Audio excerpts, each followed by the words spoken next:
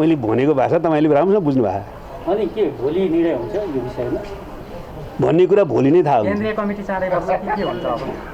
केन्द्रीय कमिटी छिटै बस्छ। कि केन्द्रीय कमिटीले मात्रै निर्णय गर्ने त होइन, स्थायी समितिले गर्ने होइन, त्यस्तो नगर्ला। त्यो त यो सामान्य कुरा हो।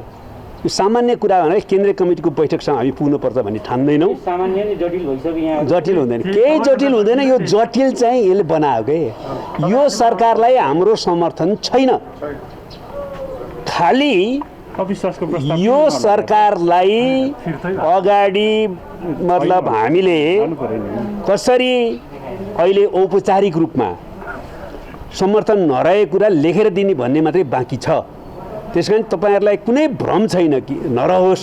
आम जनतासम्म पनि हामीले बारम्बार भनेका छौँ, प्रश्न भन्न चाहन्छौँ, यो सरकारलाई विस्थापित गरेर वैधानिक रूपले अर्को सरकार बनाउने प्रक्रियाको पहल कदमी र नेतृत्व गरिरहेको हाम्रो पार्टीले यो सरकारको समर्थनलाई कुनै पनि कोणबाट अगाडि बढाउन सक्दैन। तर हामी देशमा म फेरि तपाईँहरूलाई जोड दिएर भन्न चाहन्छु, राजनीतिक अन्योलको स्थिति सिर्जना नहोस्। यो देशमा संविधान र लोकतन्त्रमाथि खतरा उत्पन्न हुने गरी चुनाव घोषणा हुने र चुनाव चाहिँ नहुने स्थिति देश नधक्कलियोस्। त्यस कारणले हामी सुविचारित ढङ्गले कदम चाल्ने पक्षमा मात्रै हौँ। त्यसैले यसमा कुनै भ्रम नराखे हुन्छ। प्रधानमन्त्री समर्थन फिर्ता लिनु पर्यो भनेर त्यो गर्ने भए त हामी धेरै कुरा गरिसक्छौँ। काङ्ग्रेसले पनि भनिरहेछ, तपाईँहरू त दबाबमा हुनुहुन्छ नि त। काङ्ग्रेसले हामीलाई के भनेको छ भनेको त हामीलाई थाहा छ। त्यो बाहिर चाहिँ पब्लिक कन्जम्सनको लागि के भन्नुहुन्छ त्यो छोडिदिनुहोस्। काङ्ग्रेसले जसपाले र अरू सबै साथीहरू जो संसदमा हुनुहुन्छ समझदारीकै आधारमा हामी कदम चालिरहेको छ। तपाईँहरूले बाहिर भनेको कुरा बुझ्ने हो, उहाँहरूले बहुमतको सरकार छ, हामी कसरी चाहिँ हस्तक्षेप गर्नु भन्नु। बहुमतको सरकार छ, त्यस कारणले हामी मिलेर अविश्वासको प्रस्ताव राख्ने हो। औपचारिक रूपमा फिर्ता नहुन्जेल त अविश्वास प्रस्ताव चाहिँ कहिले आउँछ? हामीले बाहिर सुनेकै कुरो भयो नि त, मानिराख्नु नि त, के बिग्रियो त नि। हामीले अविश्वासको प्रस्तावमा राखेको दिन बा समर्थन नरहेको जानकारी दिन भन्नु होला त नि। किन टाउको दुखाउनु भयो क्या तपाईँहरूले? यो यत्रो चाहिँ तनाव किन लिनुभयो तपाईँहरूले? हामीले अविश्वासको प्रस्ताव राखेको दिनमा अविश्वास प्रस्ताव राखेछ भनिहाल्नुहुन्छ। हामीले अविश्वास प्रस्ताव राखेको प्रक्रियाभन्दा अगाडि बा अविश्वासको प्रस्ताव नराख्ने नै भयो भने यो समर्थन रहेको छैन भनेर लेखेको दिनमा थाहा पाइहाल्नुहुन्छ। किन चिन्ता गर्दा तपाईँहरूले? यो सबलाई थाहा छ। थाहा भएको कुरालाई अलिक बढी गिजो लिएर हामीलाई केही लाभ छैन। हामी यो सरकारलाई हटाएर अर्को सरकार बनाउन चाहन्छौँ। यो नेपाललाई मात्र होइन, नेपाली जनतालाई मात्र होइन, विश्व कहाँ कोही छ भने सबलाई थाहा छ। अनि यस्तो कुरामा धेरै बढी चर्चा गर्नुपर्ने आवश्यकता छैन। अनि माओवादीलाई सरकारले दिएको समर्थन फिर्ता गर्यो भने फेरि चुनावमा जान्छ भन्ने डर भएको हो।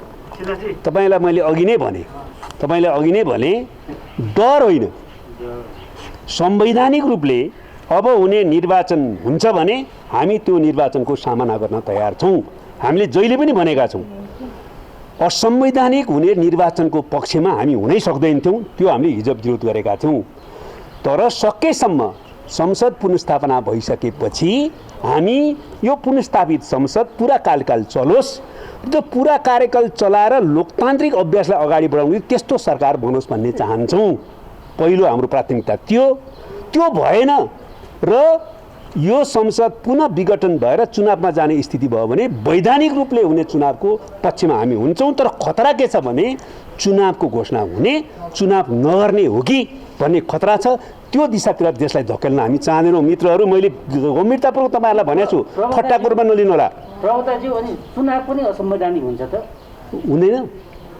चुनाव कस्तो हुन्छ?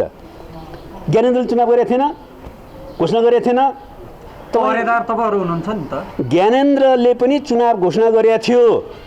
चुनाव भनेपछि एकदम राम्रो हाई भन्ने सबैले सुन्दा हुन्छ। दुईटा प्रकारको चुनाव हुन्छ, एउटा संविधान अन्तर्गतको चुनाव र लोकतन्त्रको अभ्यास अन्तर्गतको चुनाव। त्यस्तो चुनावको पक्षमा हामी हुन्छौँ। संविधानको विरुद्धको चुनाव र लोकतन्त्रलाई कमजोर पार्ने तथाकथित चुनावको पक्षमा हामी हुँदैनौँ।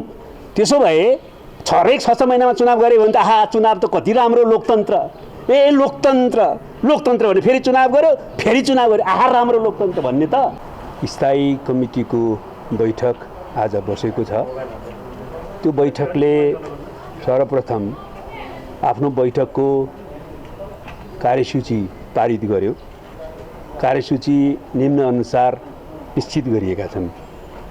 पहिलो, रिपोर्टिङ, त्यसमा केन्द्रीय कार्यालयको तर्फबाट अध्यक्ष कमरेड प्रचण्डको रिपोर्टिङ र अर्को विभिन्न जिम्मेवारीमा रहनुभएका स्थायी कमिटीका सदस्य कमरेडहरूको रिपोर्टिङ, दोस्रो पार्टीको विधान संशोधन प्रस्ताव, तेस्रो यसअघि गठन गरेको सङ्गठनात्मक कार्यदलको कामबारे, तेस्रो आगामी केन्द्रीय समितिको बैठकबारे, पाँचौँ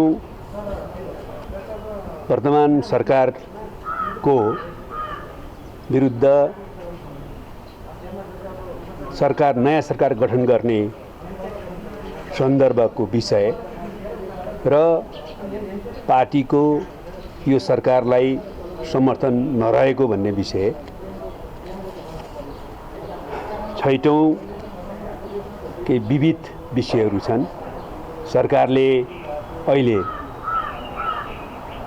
जसरी संसदको चालु अधिवेशन अन्त्य गर्यो त्यो बारेमा, त्यस्तै देशमा अहिले जो कोभिड-19 को दोस्रो लहर देखा पर्दैछ त्यसबारे र तेस्रो विभिन्न पार्टीसँग भइरहेको राजनीतिक वार्ता र पहलकदमीका बारेमा।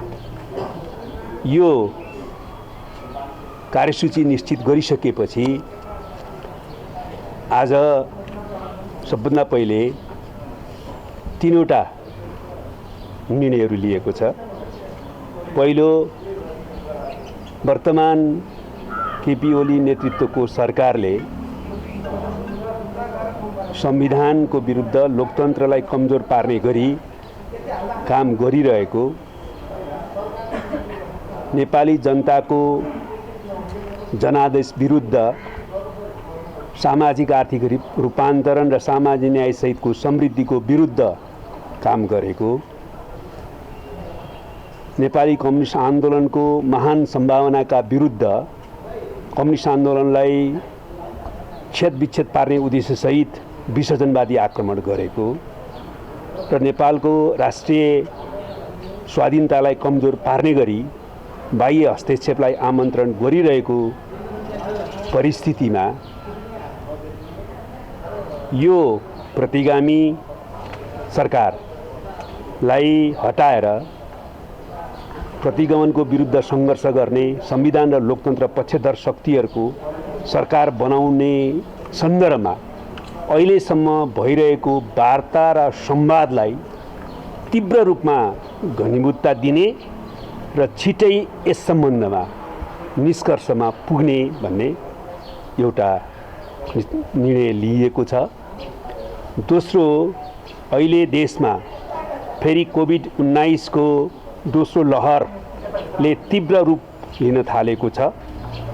यस सन्दर्भमा हाम्रो पार्टीले आफ्नो सम्पूर्ण पार्टीका नेता कार्यकर्ता र सिङ्गो पार्टी समिति र पार्टी पङ्क्तिलाई जनचेतना जागरण गराएर र सहजीकरण र सहायकका कामहरूमा संलग्न भएर सङ्क्रमणबाट बच्न र सिङ्गो समाजलाई सङ्क्रमणबाट बचाउन वा सङ्क्रमितहरूलाई सहयोग गर्न निर्देशित गरेको छ र यस सन्दर्भमा सरकारले आफैले गरेका निर्णयहरूको विरुद्ध आचरण गरेकोमा सरकार कोभिड-19 सङ्क्रमणको नियन्त्रण र व्यवस्थापनप्रति गम्भीर नभएको कुराका निम्ति हामीले दुःख पनि प्रकट गरेका छौँ र आफैले घोषणा गरेका सम्पूर्ण आचरणहरूलाई लागू गर्न सरकारलाई हामीले आह्वान पनि गरेका छौँ।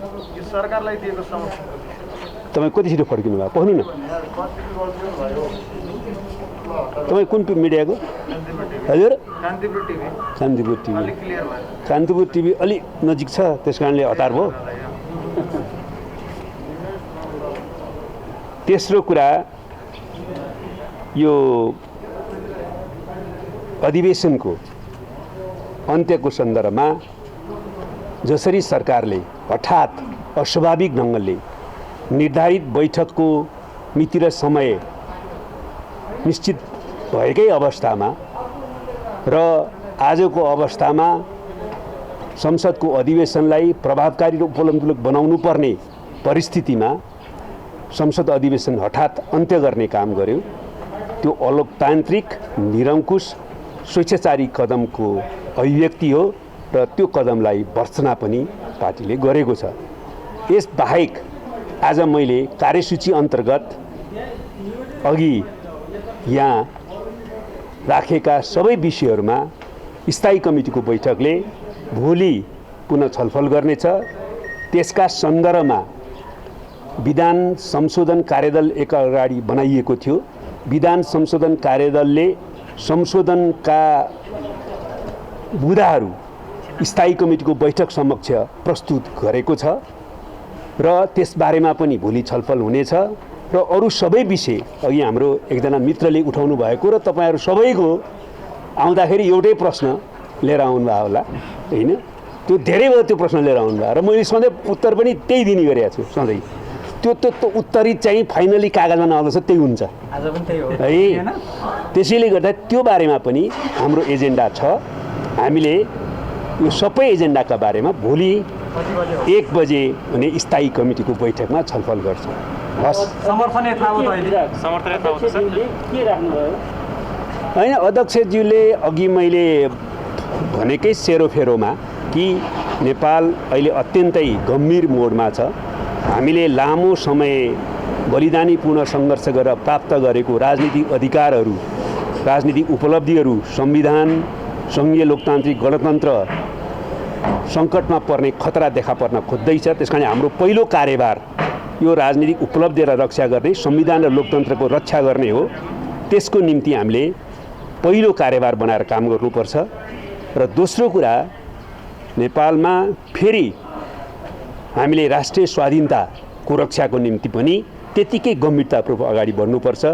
त्यसको निम्ति मुख्य दोषी देशभित्रैको सत्ताधारीहरू हुन्, जसले आफ्नो निज स्वार्थका निम्ति राष्ट्रिय स्वाधीनताको पक्षलाई सौदाबाजी वा त्यस्तै प्रकारको खेलको रूपमा प्रयोग गरिराखेका छन्। त्यसकारणले हामीले राष्ट्रिय स्वाधीनताको रक्षाको निम्ति पनि गम्भीर हुनुपर्ने, सम्पूर्ण देशभक्त शक्तिहरू एकताबद्ध हुनुपर्ने आवश्यकता उहाँले उनाउनु भएको छ।